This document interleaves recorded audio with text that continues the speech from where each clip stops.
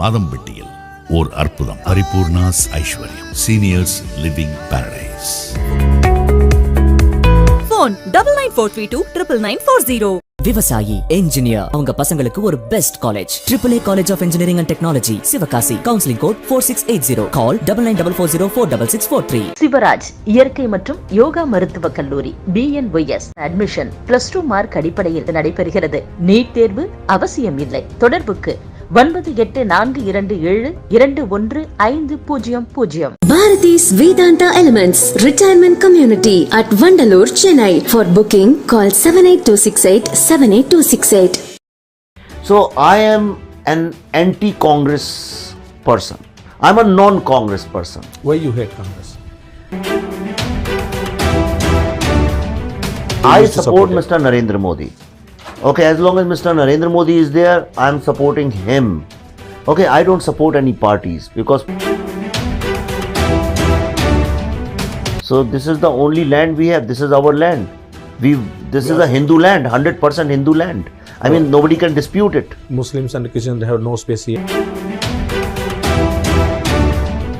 How four peaceful religions evolved in India if we were secular, if we were not seculars?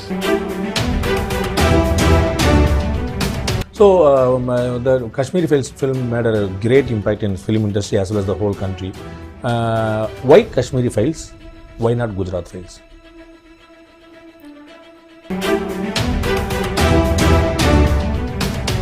But you might be aware when the late 80s, 88, 89 it happened. By that time, here in 89 to 1991, there was a VP Singh government which was supported by BJP. Advani was supporting that. So the central... This is an ill-informed question.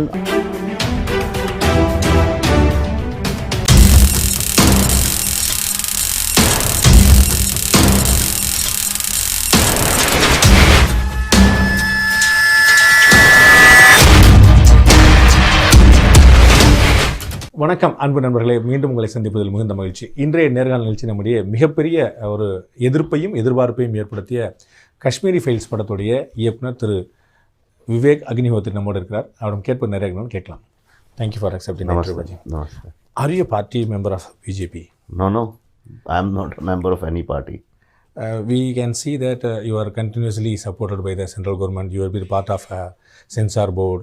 You will be the international film festivals convener, and you are a member of the Council for Cultural Relations. So we can see constantly three very important posts. So might be a good support from party as well as government. See, party and government are two different things, and I am a citizen of India. And is it wrong to work with the government of India? Certainly not. So this is like, it's fine. And even if I am supporting the party or the party is supporting me, this is within my constitutional rights. Why anybody has to look at it as if it's morally wrong? That is why normally we used to color whether whom you are associated with. So that's the ideology behind. No, it doesn't work like that, because see, all this central certification, film certification board and ICCR are both voluntary. These are charity works, and you don't get paid a penny, not even one penny. In fact, you end up spending from your own pocket. But you can influence hugely. How can you? You can censor, you can stop, you can encourage, you can encourage. Like this. No, so this way, which means we have reached a situation or where we don't want to trust anybody. Then everybody can influence. But if the right people who have their heart in the right place with good intention, if they influence policies, this is the best thing to do. You mean the right in the sense correct or right or left? That's it. No, correct, and also correct. No, I have nothing against right or left. People can choose to be any ideology. People can be anything, but they have to work for the interest of the country. So India first. And also I'm a qualified professional of cinema. So I'm on CBFC after spending so many years in this industry. I know something, so that's why I'm there. And there used to be people who had nothing to do with cinema. People used to obviously color you in the right side because you have a strong opinion about urban Naxals and the left wing and all these things. So they used to obviously color you the right BJP. See, you have to understand what is left and what is not left. Okay, left what is left in India? We are not a communist country. So communist parties are dead parties. I mean, they are in Kerala, they are a little bit in Bengal, but nowhere else in India, nobody cares about them. So there are basically two party system we have. We have Congress and BJP, and both are welfare. Both of them believe in welfare. Both of them believe in integrity or unity. Now Congress is non-existent. Then you have regional parties in this country. Regional parties are basically opportunistic parties. Depending on which side they have to keep the balance, they go left or right. In India, nobody understands left or right in this country. So primarily you have Congress-centered parties or you have a non-Congress-centered parties. That is left-right of India. What Congress did was that Congress gave shelter to very dangerous communist people in India. Dangerous communist. Very dangerous communist. You mean the ideology of the party which is existing Not now? the ideology, the kind of communism is also a political philosophy, a theory. Okay, and it works for some places, doesn't work somewhere. If somebody says that democracy is the final truth, I don't buy that. Democracy has its own problems, communism has its own problems. Nobody starts a new philosophy or ideology, okay, to harm the world. Slowly, the kind of people who take over that ideology or philosophy, They change it. They change it. No religion is bad, okay, but then the kind of people who take over the religion, they destroy it completely. So I am an anti-Congress person. I'm a non-Congress person. Why you hate Congress? Because I've seen it from my childhood, the kind of corruption, the kind of lethargy. In fact, everything which is not working in this country is because of Congress's philosophy, which is to save themselves first. So every other party will come in the list, no? Sorry? Every other party will come in the list. Corruption, scams. Not really, I won't say that. But yes, the parties which are either family centric, they have this big problem. Almost every other party is the same. In Yeah, UP, so all regional parties are so that's the Samajwadi or unfortunate. And it DMK. all happened because Congress created that vacuum. Congress, because see what happens is today. Tell me something. BJP is seen as somebody which supports Hindutva. Now see, every single party has started talking about Hindu. Janeudhari, Bharat. Janeudhari. Now Congress is talking about it. Congress is double-faced. They talk something somewhere else. Even in Chhattisgarh, they are getting. AAP is talking about it. Arvind Kejriwal is copying that. Mamata Banerjee also started for last few Durga months Puja started and all. doing that. Shiv Sena, which became anti-Hindu, suddenly it broke, and now the new Shiv Sena is all. So it's always a leadership. Okay, the party at the center, the most powerful party, will dictate where the country is going to go in terms of politics. So Congress took us into shortcuts. It took, like in Hindi they said topi baji. Topi baji का मतलब समझते हैं? Copycat. नहीं, no, topi baji means by hook or crook, just get your work done. They cultivated that culture for 70 years. Okay, so that's why I am not with them. I have seen how the confidence of the country, the self-esteem of the country, the young people, everybody thought leave this country and run away from here. You think it started from Indira Gandhi or from Nehru itself? I did not live in Nehru's time, so I don't know. You are a very strong man in history, so. Yeah, no, I have studied it. I have written a book, Who Killed Shastri, about Nehru. Thaskan's And place. yeah, and there is a book, a bestseller book called Who Killed Shastri. Yes. I'm not saying that Nehru was absolutely wrong. Yes, Nehru was romantic in some places, but his heart was in the right place. Okay, he was a true nationalist, that I cannot doubt. So you mean that it started from It from Indira started Gandhi? primarily after the murder of or the death of Shastri ji. Okay, suddenly there was a vacuum. Indira Gandhi was not competent. Because she was not competent, she had to get people on her side. So she bartered with dangerous communist people. She bartered with corrupt people. She bartered with opportunistic people to be in her chair, in her power. And she gave the entire education and culture to communists in barter. Communists wanted that because they know that education and communication is the soft power of a country, and they can use it to their advantage, which they did, if they are still doing it. So from Indira Gandhi's times, and after that you see Sanjay Gandhi, Rajiv Gandhi, there is not even one achievement you can put on Sanjay Gandhi or Rajiv Gandhi. Even Indira Gandhi, besides nationalization of banks and all those kind of things, which I don't know were right or wrong. Besides that, even she has nothing, you can say she has done this great thing for the country. So the problem is then, since then we have been going downhill. And then Sonia Gandhi's regime. So that's what I've seen with my own eyes. Everybody has seen it. And I think that's why not me, but the entire country voted for BJP. In other way, we can think that, as you rightly mentioned, every other party is focusing on Hindutva. They are copying BJP. Then, is it not kindling and provoking the hatred between two communities? Because everybody will be talking about Hindutva. Then the Muslim minority, Christian minority may feel unsafe that everybody says one side. So we may be targeted. We may not get our right.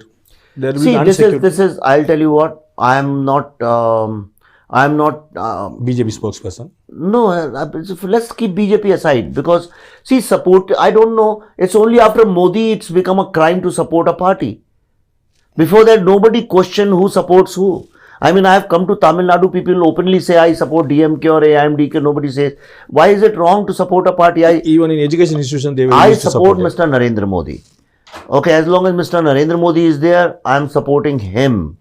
Okay, I don't support any parties, because parties are organizations, and all organizations are corrupt in a corrupt country, and all organizations, all the plus and minus they will have. They have plus and minus, so let's leave that aside. I support Mr. Modi, and I support him unconditionally, 100%.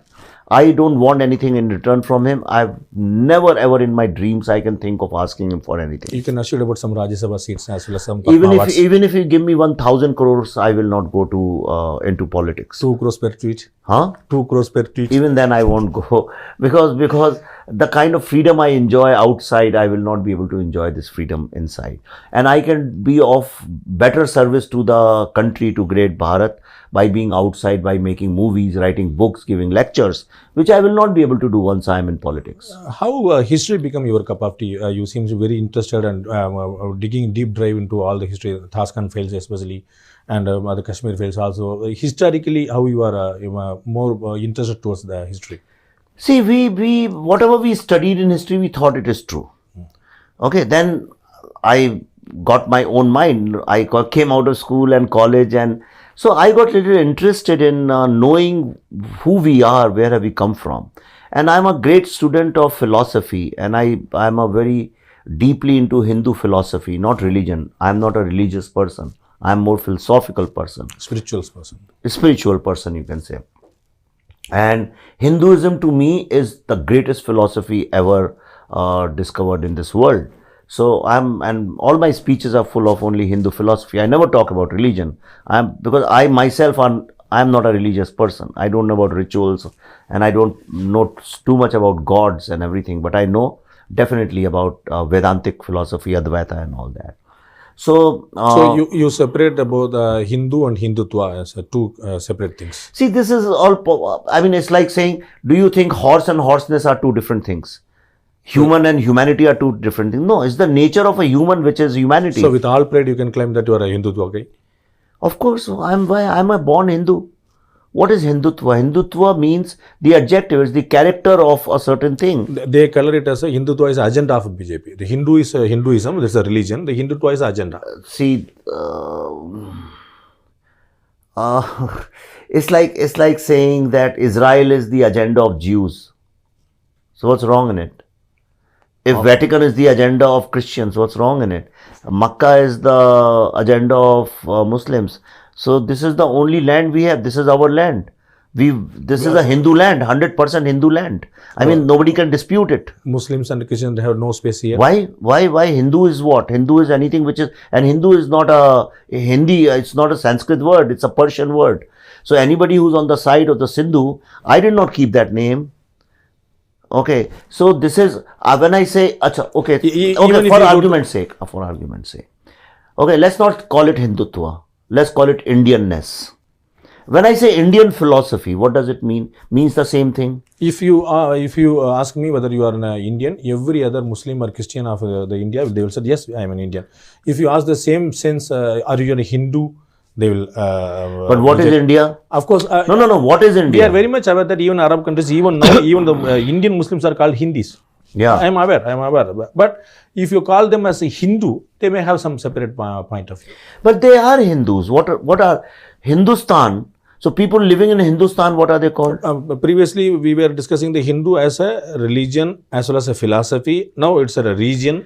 So we have to categorize Hindus don't have any confusion in their mind. Muslims have to decide, okay, who they are, where they belong. They are Indians. That's an English word. Now, what is the translation of Indian? Bharat. So they are Bharatiya. Yeah, without India. Right. So which means they believe in Bharatiya philosophy. What is Bharatiya philosophy if it is not a Vedantic philosophy? It's for all. It's secular. What is secular? If we have always been secular, if we were not seculars, how Muslims would be in India? If we were not seculars, how Christians would be here before the constitution was written? How Iranis, Parsis, all these people live in India even before the constitution of India was written?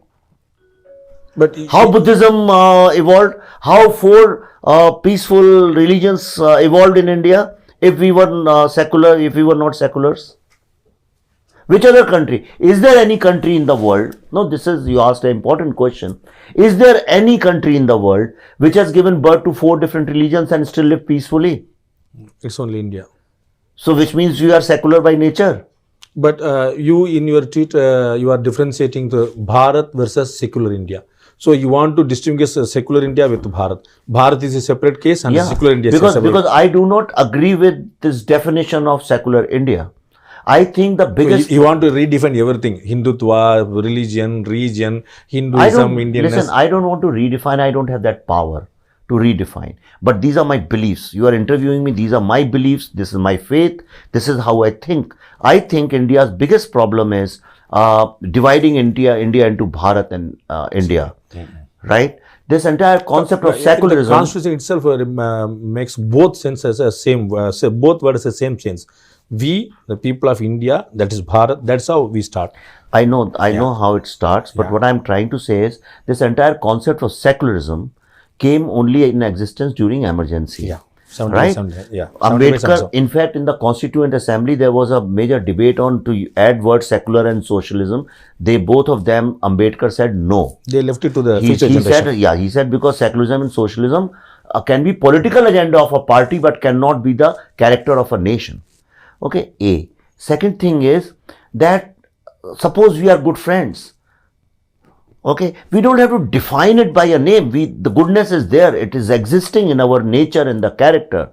My problem is this secular India divides majority and minority. The first thing secular says that we have to accept something which we are not willing to accept.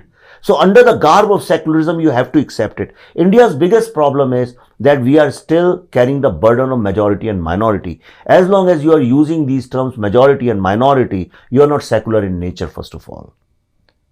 Then how you have to use? You don't have to use. Why you have to use? We are all citizens of India. Somewhere we have to identify, no? Majority Marathi, Tamilian, North Indian, Gujarati, Marathi. In social structure it can be, but not at the constitutional level. Right? Everybody is Indian. The biggest, in India, every square kilometer you see people are fighting only because of this. I am this. We have created an identity crisis in this country, okay, by emphasizing too much on secularism, on majority and minority. How are Muslims minority in this country? This is the beauty of the democracy, no? We are all completely different, but Come on, we are all democracy is not so beautiful as people are trying to make it out to be. There is no democracy in this world. There can never be what is democracy? Comparatively, we are having it. No? We are enjoying it comparatively. Comparatively, right? So you try to understand what I'm saying. The democracy, if you read Socrates had said many, many years ago that it's going to convert into mobocracy. And that's exactly what has happened. So this entire thing, one majority becomes minority in another geographical location. Okay, you may be majority here in Tamil Nadu, you come in a different state, you are in minority. So somewhere's majority is minority. In India, you have localities which are Muslim minority localities. They are in majority over there.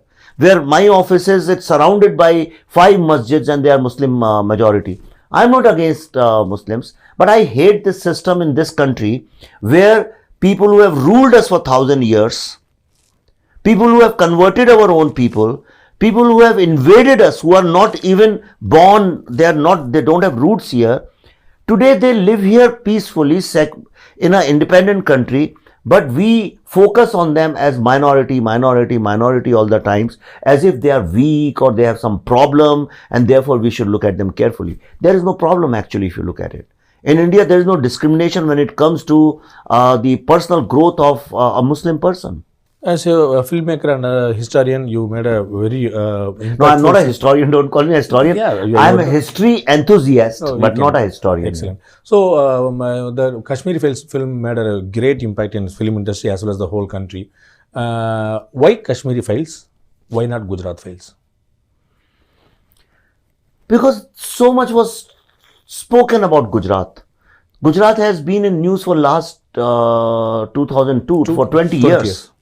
For 20 years, non-stop it has been in news. The entire new generation has read, heard, they know everything. They know the names of the activists, they know everything. We have seen images, it's been on television, there has been news debates day after. But Kashmir is something we don't know about. Okay, and also Gujarat is not a civilizational problem. Gujarat is more a political issue. So I wanted to focus, and all my films, if you see, we are slowly focusing on civilizational aspects of our history. So that's why, and Kashmir, it was important for the world to know that why Kashmir is so important for us, what happened in Kashmir, and also the victims of genocide who had no recognition. I wanted them to get recognition. The film has achieved that. All over the world, people are not talking about it. Won't it provoke the hatred between two communities, digging into the old history, what happened in the partition, what happened in Navakali, what happened in Kashmir? Like, if we start digging all the histories, won't that provoke the... This question is very childish. I mean, it is like just because the truth is bitter doesn't mean you don't tell. By that logic, Holocaust movies, World War movies, partition movies, Gandhi's film, nothing should be made. When we make it as a documentary, it will give a different color. When you make it be a film, why all partition? Schindler's List is also a feature film. The impact of feature film is very different from a documentary. How will if I had made a documentary, nobody would see it. Today, millions of people have seen it. The entire generation has known. And what is the hatred? Where is the hatred? In fact, the Kashmiri Pandit community, for 30 years, there was a hate towards them. Nobody cared about them, have started healing after the film. Film has become a healer. So that to me is more important. I don't believe in this hate. The real hate was people who killed Hindus in Kashmir. That is the real hate. But you might be aware when the late 80s, 88, 89, it happened. By that time, here in 89 to 1991, there was a VP Singh government which was supported by BJP. Advani was supporting that. So the central... This is an ill-informed question. I'll tell you why. Because please a lot of people say correct me. Please correct me. Because whatever had to happen happened between 85 and 89. It did not happen on 19 January 1990.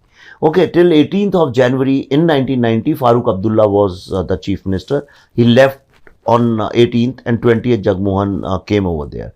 This is true that yes, during that time, but it's like you put somebody's house on fire and then you say, oh, but at that time you were, you were at the fire station. So the thing is, the whole terrorism had seeped into Kashmir. By that time, there was no way out. I completely agree. So, exodus or a genocide can't happen a single day. And I don't care if BJP, I am not a thekadar of BJP. It's not that I don't know what happened at that time, why BJP did not do anything. If they did not do, then they are equally responsible for that, whoever. In my film, I have shown everybody failed. In my film, I have not minced my words that this person failed, this person. I said politics failed, bureaucracy failed, media failed, human rights people failed. Every single person failed Kashmiri Hindus. This is what the film says. Yeah, because just the question raises just because BJP withdrew its support to VP Singh government because not allowing the Rath Yatra in Bihar by Lalu Prasad, but never raised this Kashmiri issue in parliament. So it was their failure also, yes. It's everybody's failure. But then they came, I think I don't blame even VP Singh, because VP Singh came at a time when nobody could have done anything. By that time, Kashmir was already burning. And Kashmiri Pandit had left. By that time, the genocide had taken place. They came after the genocide took place. So next is Delhi Files. Yeah. The name itself creating a lot of expectations and of course, obviously some oppositions also. It's going to be discussed about the riots. Which riots? I don't know. You have mentioned Delhi riots, so Delhi fields might be for then वो encounter है. Delhi has had lots of riots, Yeah, so of we course. don't know which riot. Yeah, very recently Sikhs Punjabi riots. इसके पहले जो Muslims का हुआ था, और वो भाटियाला हाउस शायद वहाँ का भी एनकाउंटर का भी So, Abhi, it's too early, lot of too early for me to say anything. Delhi files. But yeah, this will be, it will also reveal some very important aspect of our history. Yeah. My last question in this interview: is it right and good to brush aside all the free thinkers as urban Naxals and leftists? We need not to. No, anybody who does that is wrong. Nobody should do that. Nobody should do that. Recently, you retweeted one thing. Zubair was released on bail, and some journalist gave jamin to him, and you retweeted that this is how the system works, the ecosystem works, and read my book. That's all. So, if someone is giving, because we have to trust the No, legal not system. Zubair. Not Zubair. Zubair is not a free thinker. He's not even a thinker. So please don't make a mistake of putting him in that intellectual category. These are very vicious people. These are dangerous people. And But he was given supported by Srinivas Jain. So you maybe that's about Srinivas Jain. I am not commenting on Srinivas Jain. Whatever I have written is about Zubair. Okay, these are dangerous people. Who are these fact checkers? What are they fact checking?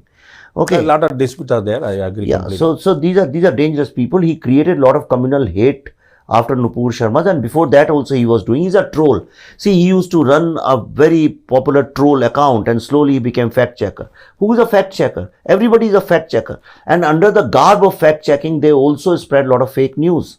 Okay, they see what it's a narrative. How you create narrative. So he provoked Muslims. He created a situation where people in Udaipur went and cut somebody, beheaded somebody.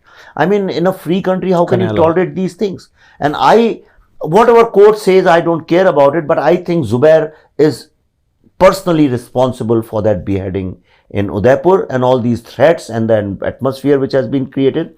And since Modi government has come in place, Zubair, people like Zubair and many other people, they have been creating this Hindu-Muslim problem, conflict, non-stop, and all they want is to create a kind of riots in this country. That's what they are trying to do.